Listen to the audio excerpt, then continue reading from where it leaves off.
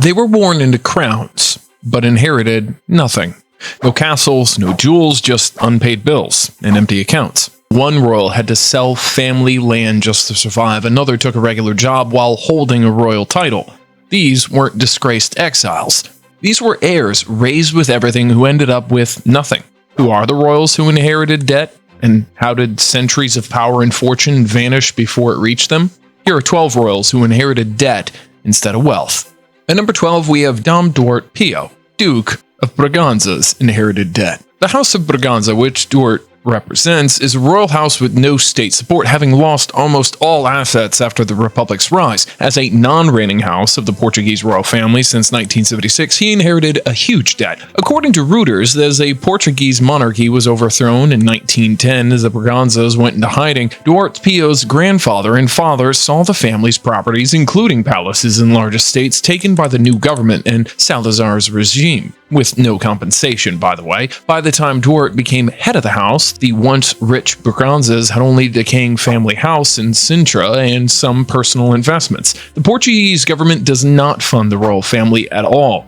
All of his expenses are paid out of his own pocket, and sometimes he takes loans which cause debt. He essentially works as a private citizen. He studied agriculture and served in the Air Force, and runs a foundation to support Portuguese cultural causes. While officially respected as a cultural figure, he enjoys none of the lavish funding of current monarchies. The family was allowed to return to Portugal in 1950, but without the right to reclaim any lost lands or properties. Thus, Duarte Pio's inheritance is a proud lineage with very limited means. At number 11, we have Prince Emanuele Filberto de Savoy's inherited debt. The House of Savoy is an impoverished princely legacy, requiring him to earn a living in modern ways. Also, as a non-reigning prince and heir to Italy's abolished throne, he had to take some loans to meet his personal expenses. These loans have increased his potential debts. In addition to that, being born and raised in hiding, Emanuele Filberto did not receive significant wealth from the Savoy line. Most royal assets were seized by 1946, and upon returning to Italy in 2003, he found the family's name, but not its fortune. To support his family, he famously had to pursue a public career. From an investment banker to reality TV appearances, some almost unheard of for a prince in previous generations. According to Reuters, the Savoy's failed compensation bid, seeking $100 million for him, underscored the point. Emanuele Filberto essentially inherited a title with no state funding. To ensure constant flow of money, he even won a TV dance competition and launched food trucks in Los Angeles, turning to entrepreneurialism himself to finance the lifestyle attached to his royal name. In short, he inherited a surname with cachet, but also legal woes and no vast inheritance, exemplified by the Savoy family's need to sue unsuccessfully for the return of the crown jewels in Italian courts. Next, we have Crown Prince Nicholas Petrovic Negos of Montenegro's inherited debt. As the head of the Petrovic dynasty, which is a once sovereign family, reaped only recently after decades without compensation for confiscated properties, he inherited a huge debt. Nicholas's great-grandfather, King Nikolai I, was deposed in 1918 when Montenegro was absorbed into Yugoslavia. The new authorities seized all royal properties. His family spent generations in hiding, living on much reduced means. Nicholas grew up as an architect in Paris rather than a prince in a palace. Only in 2011, when independent Montenegro passed a law to rehabilitate the dynasty, the state acknowledged the historic injustice and agreed to provide the family with a stipend and a residence. According to Iranian, Nicholas was offered an annual civil list of about $400,000 in the use of a royal villa, but significantly he rejected initial terms because they did not include restoring 30-plus confiscated family properties. Much of the former royal estate remains in government hands without compensation, and Nicholas's role is largely ceremonial. He effectively inherited a royal title with lingering financial grievances. Only partial restitution, you could say, and a government salary equivalent to the president's was granted. The family's wealth, once substantial, was mostly lost to history, leaving Nicholas to live off Montenegrin's state support and personal earnings rather than any reclaimed fortune.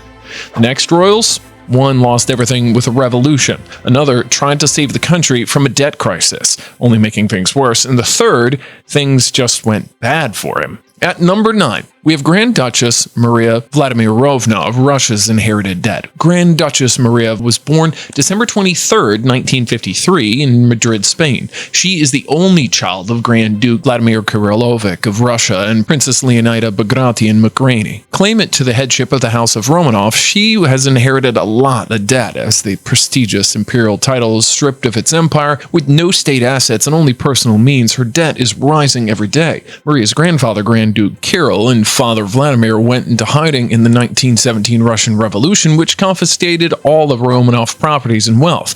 The Romanovs living in other countries survived on jewels that they brought in the charity of European relatives.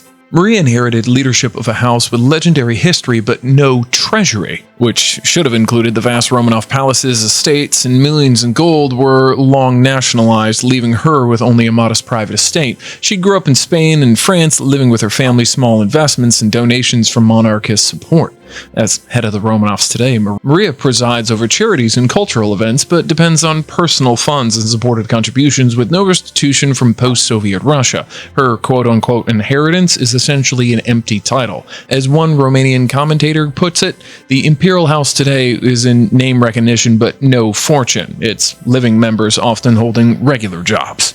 Next, we have Prince Vasharison Viv of Thailand's inherited debt. Vasharison, an attorney and second son of King Vajiralongkorn, resides in Westchester County in New York. He inherited a lot of debt that caused a lot of trouble for him.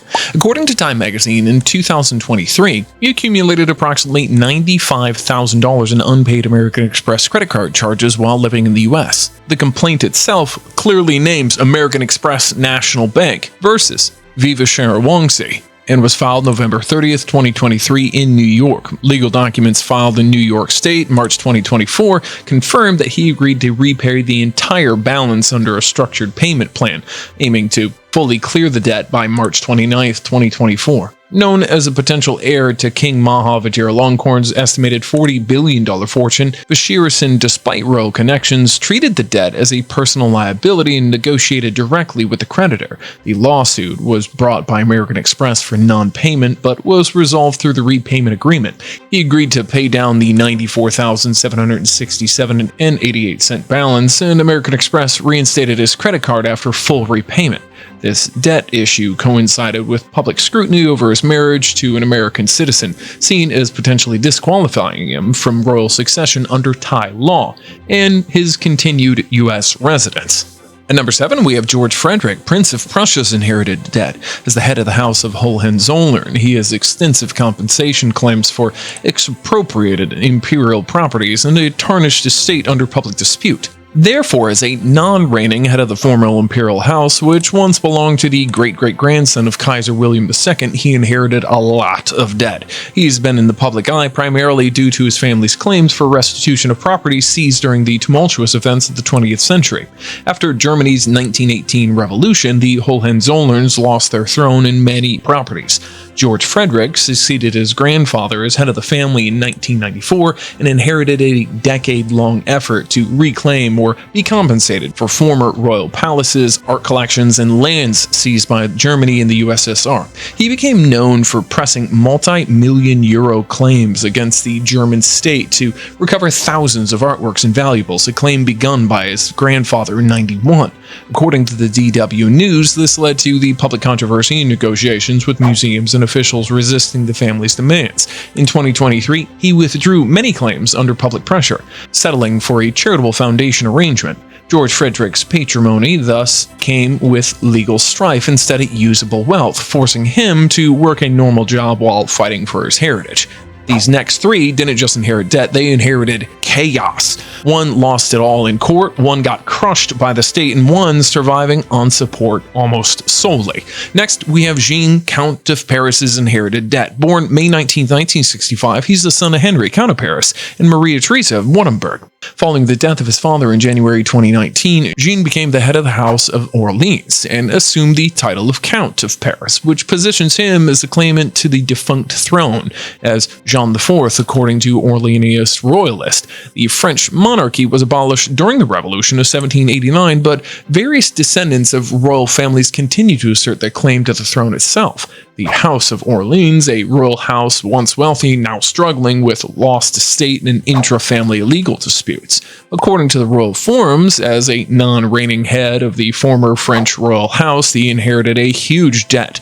Jean's father Henry, Count of Paris, famously squandered the family's vast fortune back in his day, estimated at 1 billion francs after 1945. By the 1990s, Henry was in such debt that he placed family chateaux and treasures into trust or sold them, triggering lawsuits by his children to recover heirlooms. Jean inherited a title with little material wealth. The Orleans estate had long been donated or lost, requiring him to sue institutions to retrieve family artifacts.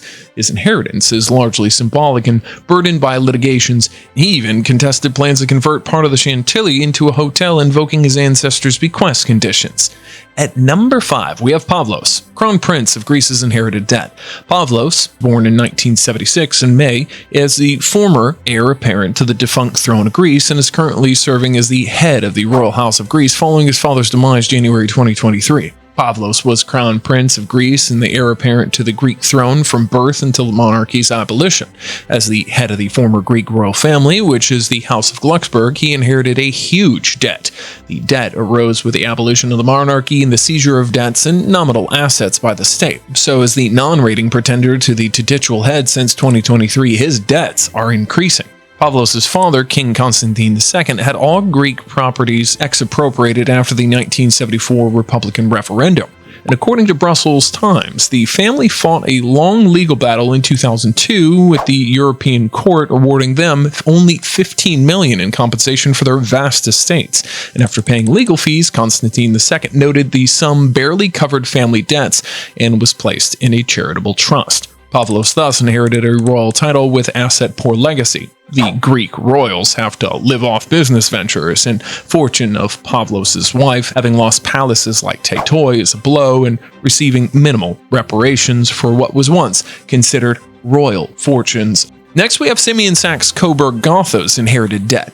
Simeon SaxeCoburgGotha is the former king of Bulgaria and former prime minister. He has inherited a lot of debt. He protracted legal battles over former royal properties, an estate encumbered by restitutional disputes. As the head of the former Bulgarian royal house, Simeon II inherited the Bulgarian throne as a child in 1943, but was deposed and went into hiding in 1946, when the Marxist regime seized all royal properties. According to Novinite, after returning to Bulgaria, Simeon spent years fighting in courts to reclaim family palaces, forests, and lands. While some properties like Verona Palace were eventually recognized as his, others were tied up in lawsuits or reposed by the state. Instead of wealth, Simeon's inheritance was largely lawsuits and maintenance costs for property in legal limbo.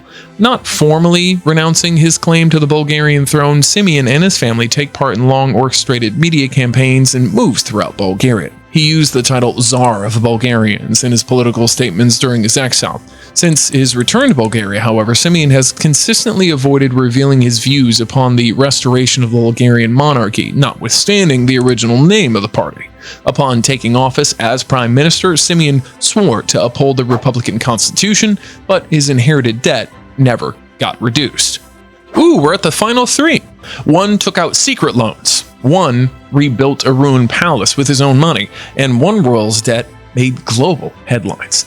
At number 3, we have Lika II, Crown Prince of Albania's inherited debt. Lika II, the head of the House of Zogu, has inherited a lot of debt. He is a royal legacy in hiding sustained by patronage rather than by great fortunes. As a non-reigning pretender, Lika II's grandfather, King Zog I, fled Albania in 1939 with the treasury's gold, but decades of living in hiding had drained the family wealth. According to Independent Australia, Lika II's father depended upon the generosity of foreign patrons and allied monarchs to support the family. Upon succeeding his father in 2011, Lika II inherited the throne without a treasury, relying on a modest lifestyle and a diplomatic job in Albania rather than any royal riches. His late father had been a royal nomad without a country who depended upon the generosity of heavyweight friends, let's call them that. In addition to that, on the 21st of August 2007, Foreign Minister Lulzim II announced that Lika had been appointed to his office. The prince intended to pursue a career in diplomacy, and after 3 years he was transferred to the office of the Minister of the Interior. After the election of Berja Mishani as president in 2012, Lika was appointed as political advisor to the president. Lika was rumored to be a candidate in the 2022 Albanian presidential election. However, all these didn't reduce his debt. Next, we have Alexander, Crown Prince of Yugoslavia's inherited debt. Alexander, Crown Prince of Yugoslavia, was born July 17, 1945, is the head of the state of Karadžorđević, the former royal house of the defunct Kingdom of Yugoslavia. He is a distant cousin to Prince Charles and counts Queen Elizabeth as his godmother. Fun fact, Alexander was born in London and his birth was declared Yugoslavic territory by the British government. He has been a crown prince his entire life, waiting for a throne that no longer exists.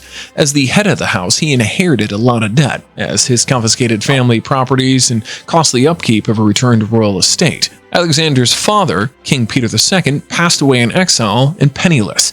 After Yugoslavia's monarchy was abolished, royal assets were seized. When Alexander was finally allowed to return to Serbia in 2001, the now non-royal government granted him residence in the rundown royal palaces in Belgrade. Properties he had to restore and raise donations to refurbish the neglected 7,000 square meter royal compound and overgrown 135-hectare park, effectively inheriting an asset-rich but cash-poor state instead of accessible wealth. Alexander is a proponent of recreating a constitutional monarchy in Serbia and sees himself as the rightful king. However, this didn't reduce his debts.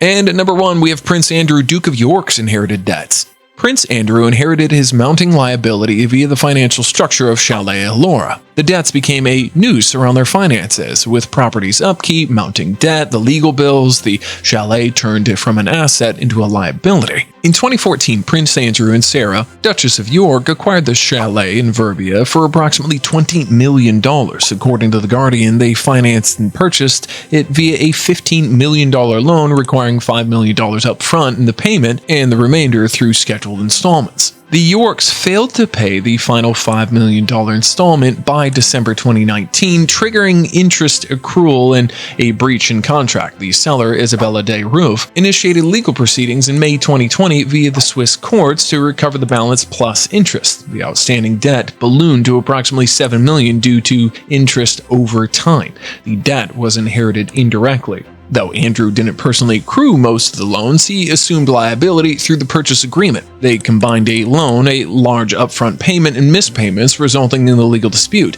And during the period, Andrew relied heavily upon Queen Elizabeth for financial support and took out a $2 million loan December 2017 from Luxembourg-based Bank Haviland, which was quickly repaid by a company connected to financier David Rowland. We'll be back with a new video shortly. Until then, happy watching and do subscribe to our channel if you still haven't.